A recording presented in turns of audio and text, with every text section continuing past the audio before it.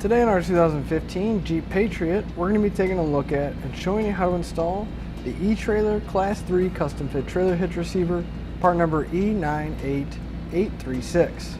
So here's what our hitch is going to look like once we have it installed. The cross tube is going to be completely hidden behind the bumper, and all we're going to see is the receiver tube sticking out. Now also the fact that it has that matte black carbide finish on it means that it's going to blend in really nicely with the underbody right here. It's a Class 3 hitch, which means it's going to give us that 2" by 2" receiver tube opening and have a really big variety of different accessories that we can mount up. Now the way we're going to mount any of our accessories is through the hitch pin hole here on the side, and it is going to accept a standard 5/8 pin and clip. While these are not included in the kit, you can pick them up here at etrailer.com.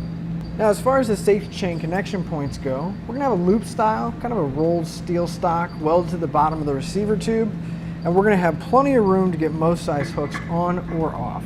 As far as the weight capacity goes, our hitch is going to have a 400-pound tongue weight, which is going to be the maximum downward force at the receiver tube. It's also going to have a 4,000-pound gross trailer weight rating, which is the amount it can pull, including the trailer and everything we have loaded on it. Now with those numbers in mind, you should always double check your Patriot's owner's manual and never exceed the manufacturer's weight limit. A lot of our customers really like this hitch because it's a pretty straightforward installation, and it is going to sit really nice behind the bumper here, and all we're going to see is that receiver tube. I'd like to give you a few measurements, and that's going to help you when deciding for accessories for your new hitch, such as a ball mount, a bike rack, or even a cargo carrier. From the center of the hitch pin hole to the outermost edge of the bumper, it's going to be right about 6 inches. That measurement's going to come in handy whenever you're looking at folding accessories to make sure that it doesn't come in contact with the rear bumper. From the ground to the inside top edge of the receiver tube opening, it's going to be right about 14 inches. That measurement's going to come in handy when you're looking at a ball mount to find the appropriate riser drop for the trailer. Also at that height, I would recommend a raised shank on either a bike rack or a cargo carrier to give you that little bit of extra ground clearance. So now that we've seen what our hitch looks like and gone over some of the features, let's show you how to get it installed. To begin our installation, we're going to come to the back of our Jeep. And right here at the corner, we're going to have a push pin, and we're going to have a total of 6 of them going across the back. So we'll take a flathead screwdriver, we're going to pop the center section of that push pin out, and then we can pull the rest of it out.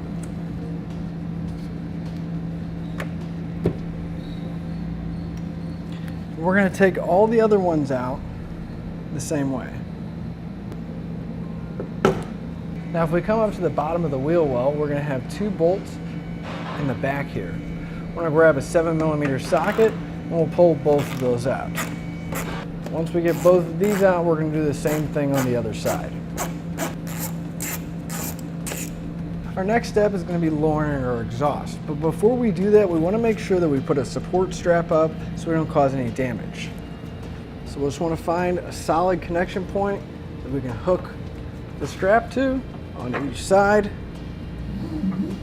We can tighten it up so it'll support it there. On the driver's side of our muffler, towards the front of the vehicle, we'll have one rubber isolator and a hanger. I'm just going to take a little bit of spray lubricant. I'm going to spray them down. That'll help the rubber to slide off. If we move to the other side of our muffler, we'll have another hanger that's going to be towards the back, right by the tailpipe. Then we're going to have a third one that's going to be pretty far forward. It's going to be about midway on the car. So we'll spray all of them down, and then I'm going to take a pry bar. I'm just going to pry against the hanger so I can slide that rubber isolator off. And we'll do that for the rest of them as well. Now once all the isolators are off, we're going to slowly lower the strap down so it'll still be supported, but we have a little bit more room to work with. Right above the muffler, we're going to have our heat shield that's going to be held in by 4 nuts. So we'll go ahead and pull those out.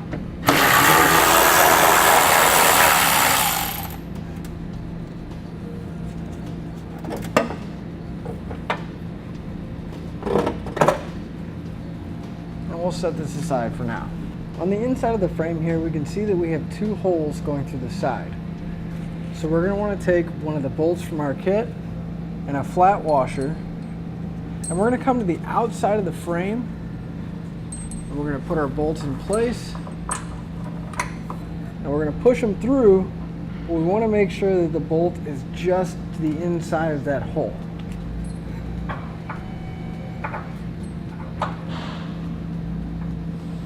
And it's going to be the same on both sides. So we'll go ahead and repeat that using the same hardware. Now with an extra set of hands, we're going to lift our hitch up. We're going to kind of tilt it into position. Now on the passenger side, we're going to have to come kind of far in to work our way around the evap canister. And then we'll lift the hitch up. We're going to line up one bolt to go through the one towards the front, and then we're going to secure it using a flange nut. Now right now our hitch is pointed down and we can pivot it. We're actually going to use that to our advantage, where we're going to lift up, and then we're going to mark on each side of the hitch on our bumper here how wide it's going to be. And that's going to let us know how wide of a cut we need to make, because we are going to have to trim the lower section of our fascia here. And then in our instructions, it's going to give us a measurement of how far up we need to mark. And then we'll connect all of our lines and cut that square out. So now that we have this section marked out, we can go back and cut that out. I'm going to be using a rotary tool, but you can use a utility knife and just make a couple passes with it. You just want to take your time and try to get as clean of a cut as you can.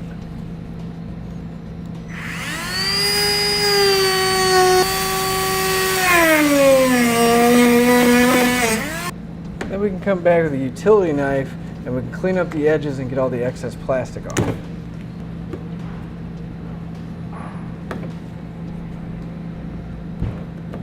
With the cut made, we can pivot the hitch up. We're going to reach to the outside of the frame, push the bolt through the hitch, and then secure it with another one of those flange nuts.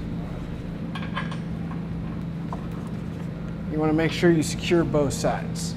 So now we'll come back with a 3/4 inch wrench and socket and snug up our hardware. Now it may be easier to tighten up the bolt from the outside of the frame while you hold the nut with the wrench on the inside of the frame.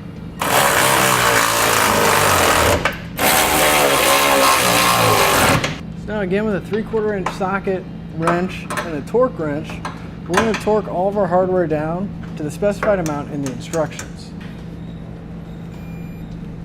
We're going to make sure we repeat that for all the remaining hardware.